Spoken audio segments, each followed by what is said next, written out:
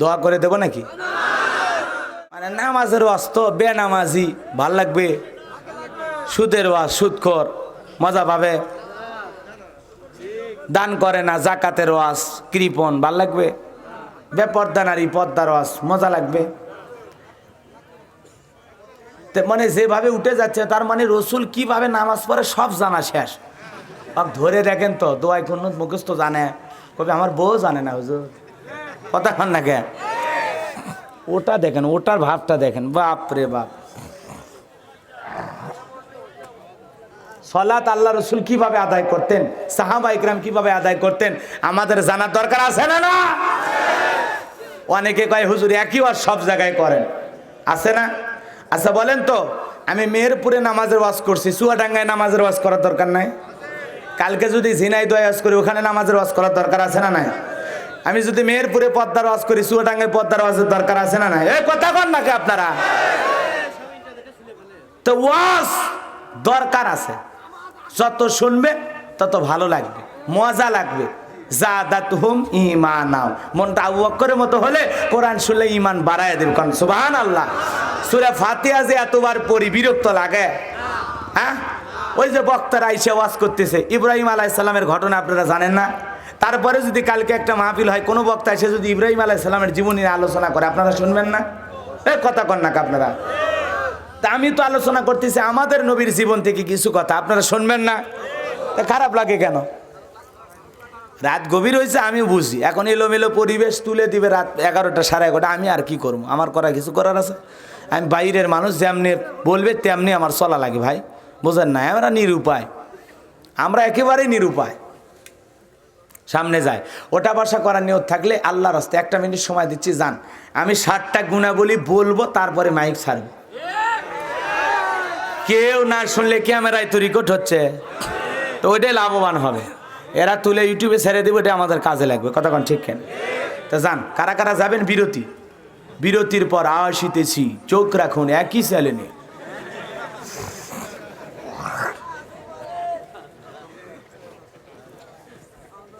বিরতি চলিচ্ছে, যান যান যান।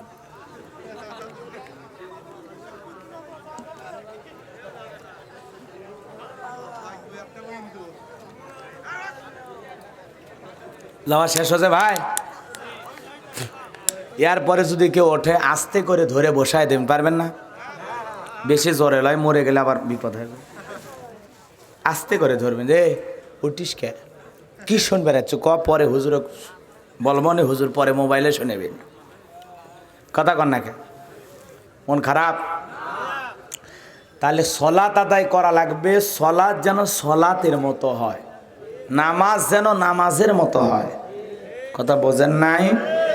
ফালিয়াবুদু রাব্ব হাযাল বাইত আল্লাযী আত'আমাহুম মিন জু' ওয়া আমানাহুম মিন খাউফ।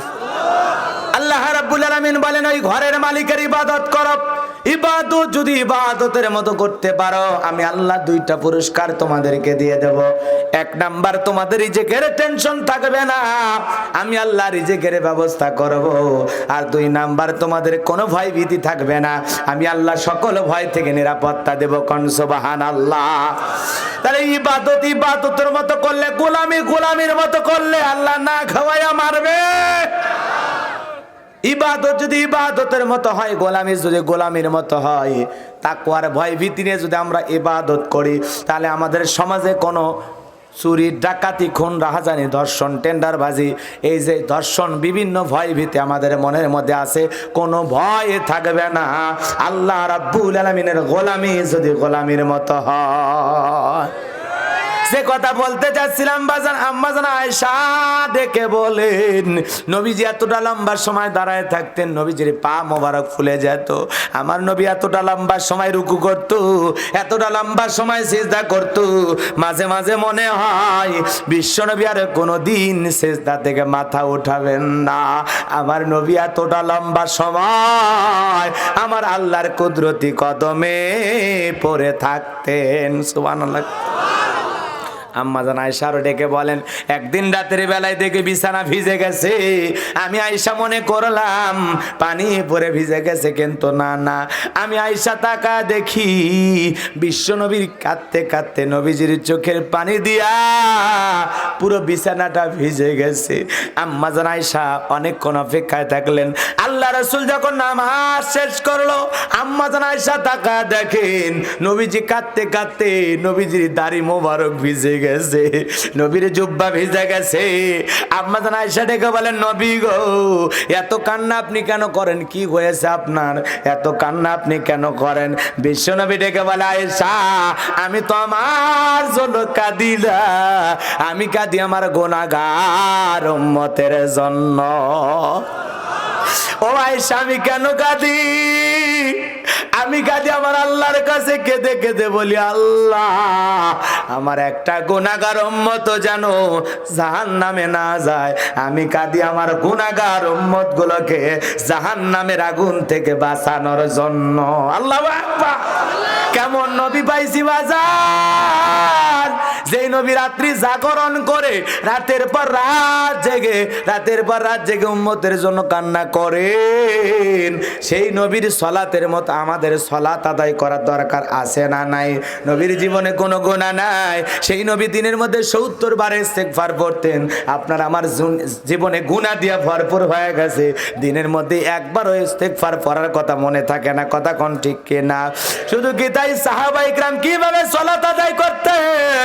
মরুভূমির বালিতে যখন সাহাবীরা সালাত আদায় করার জন্য দাঁড়ায় যাইতেন, ওই মরুভূমির পাখিগুলো খেজুর গাছ মনে করে সাহাবীদের মাথার উপরে বসে থাকতো, কাঁধের উপরে বসে থাকতো। এতটা লম্বা সময় ধরে সাহাবীরা সালাত আদায় করতেন, পাখি পড়ে থাকলেও সাহাবীরা টের পাইতো না। কোন আল্লাহু আকবার, আরো জোরে বলেন আল্লাহু আকবার।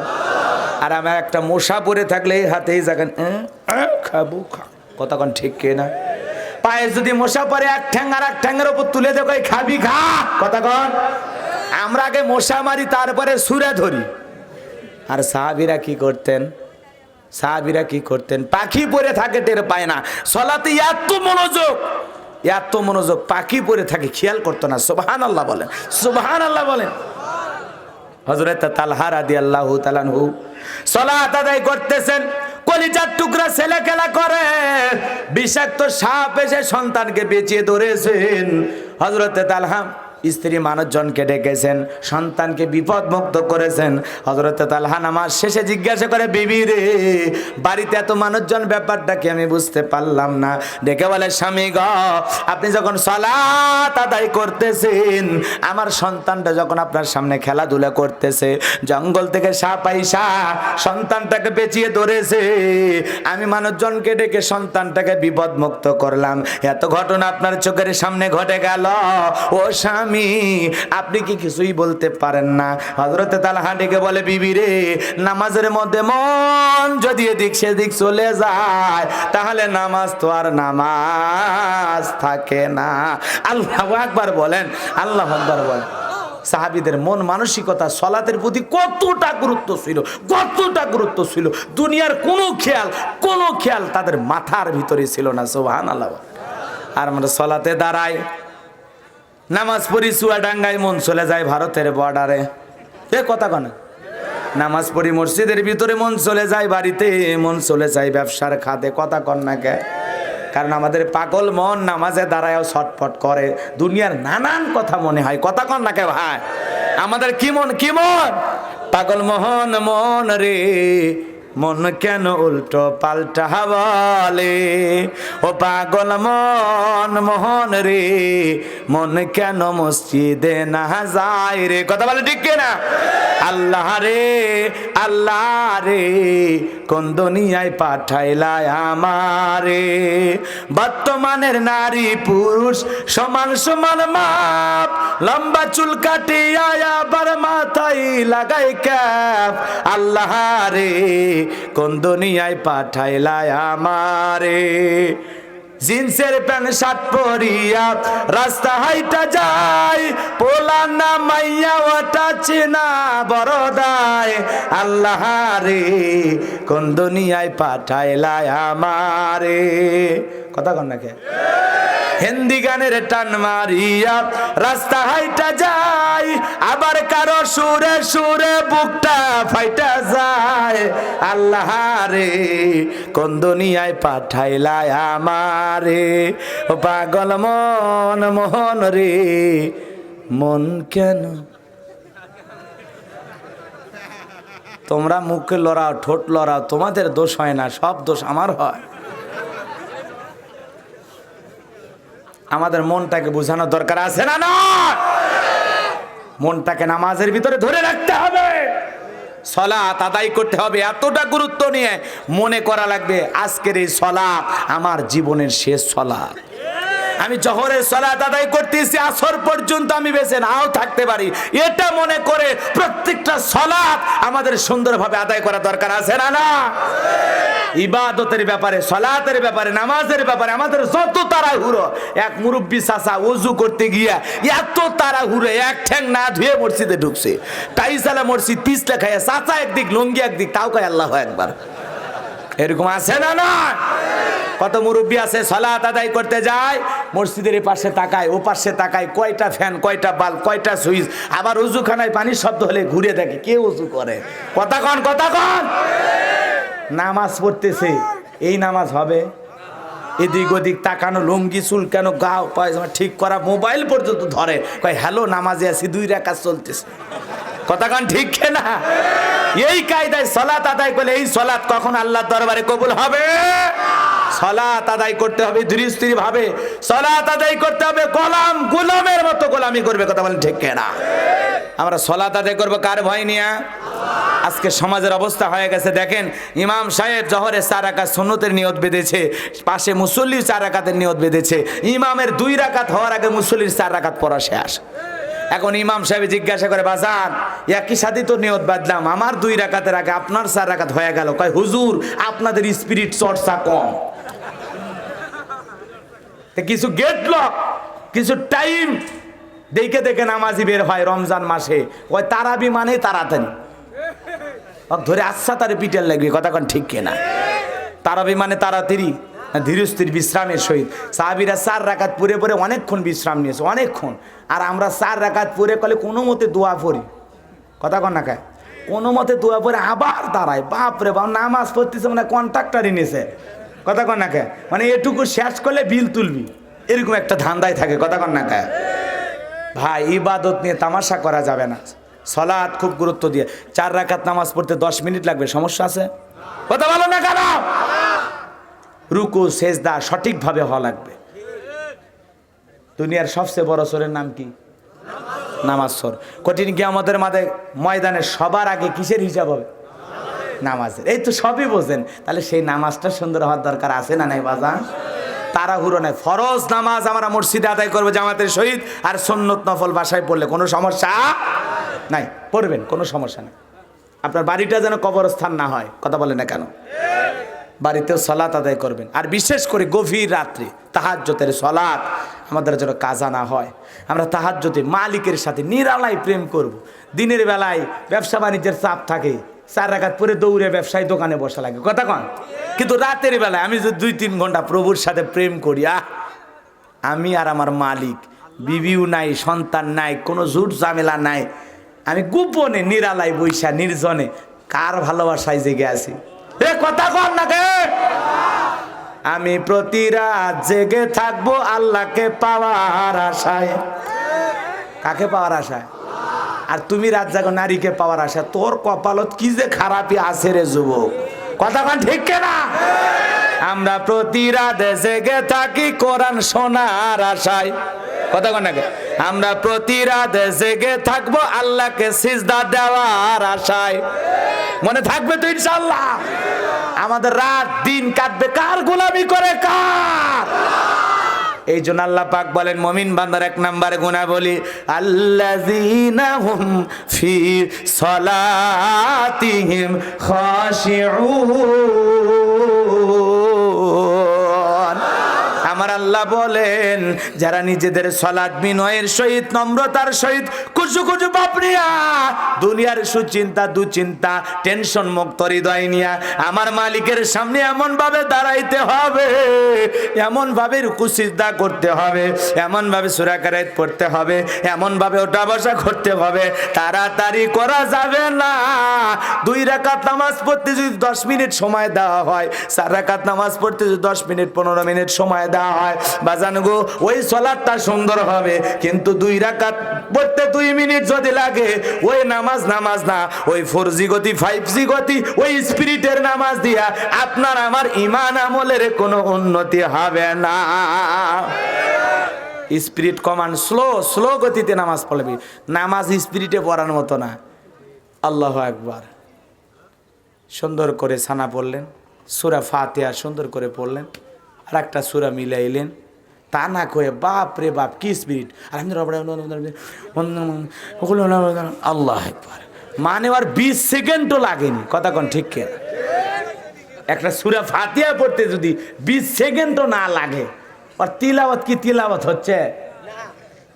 শয়তান কয় আমি তো নামাজ পড়ছি, কিন্তু তোরদের মতো তাড়াহুড়ো করিনি, কথা কোন ঠিক কে না? আজকে তো শয়তানও হার মারে গেছে আমার ঘরে ব্যবহারে ভাই, আমাদের যে চলাফেরা, আমাদের যে আচরণ, শয়তান পর্যন্ত আমাদের দেখে হার মানে গেছে, কথা কন না কে?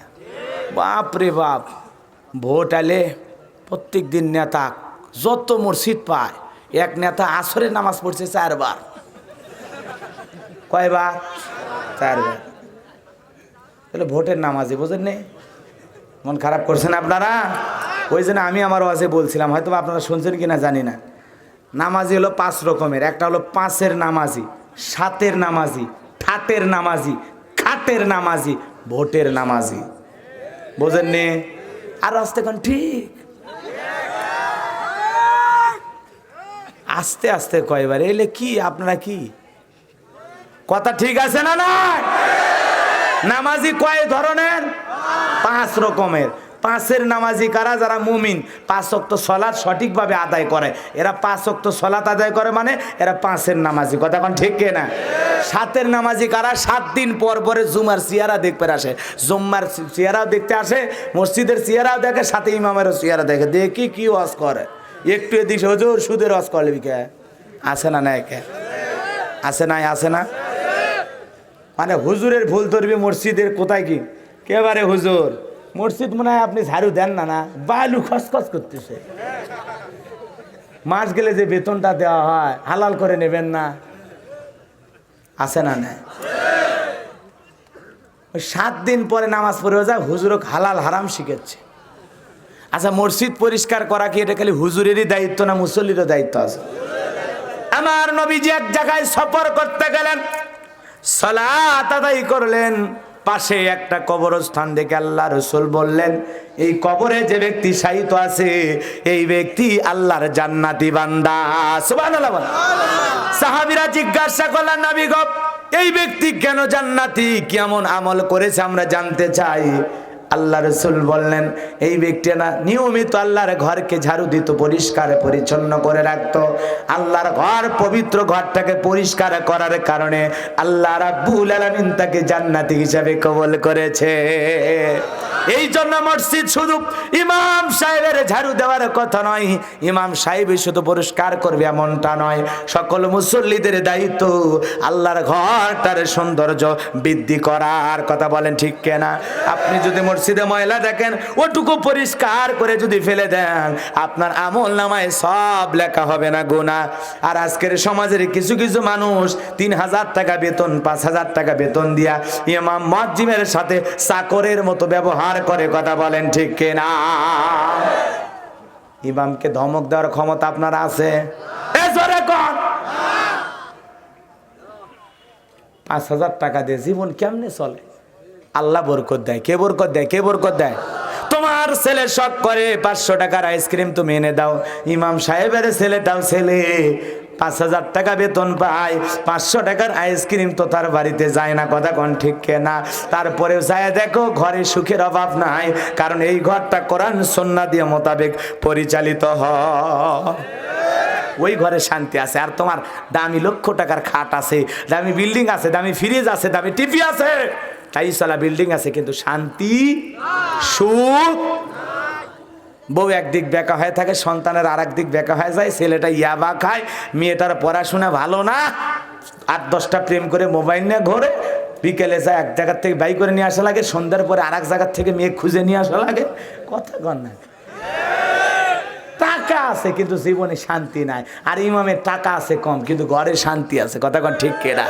5 ওয়াক্ত আজান দেয়, বাড়ির যায় খায় আর ঘুমায়, 5 ওয়াক্ত আজান দেয়, বাড়ির যায় খায় আর ঘুমায়। বইয়েরও কোনো চাহিদা নাই যে আমার এটা লাগবে ওইটা লাগবে, বউটাও যে জান্নাতি বউ। কথা কন ঠিক কেনা? অধিকাংশ হুজুরের বউ ভালো, 2-1টা ব্যতীত। কথা কন আগে, সবার বউ ভালো, হুজুরদের বউ ভালো, আলহামদুলিল্লাহ। রাগ করেছেন আপনারা, কষ্ট পাইছেন? এ মুসলমান আল্লাহর গোলাম, গভীর মনোযোগ দিয়ে কথাগুলো শুনবেন, তাহলে সালাত আদায় করা লাগবে মনোযোগ দিয়া। মনে থাকবে ইনশাআল্লাহ? মনোযোগ দিয়ে আল্লাহর ভয় নিয়া, মনে তাকওয়া অর্জন কইরা, লম্বা টাইম ধরে রুকু সিজদা করতে কারা কারা রাজি আল্লাহর ভয়ে সালাত আদায় করবেন? 2 হাত তুলে দেখান। আল্লাহ আমাদের 1 নাম্বার গুণাবলী অর্জন করার তৌফিক দান করুন, সিল্লাহ বলেন আমিন। 2 নাম্বার গুণাবলী, ওয়াল্লাযীনা হুম আনিল লাগবি মুরিদুন। এই যুবকে, অস্থির হওয়ার কোনো কারণ নাই।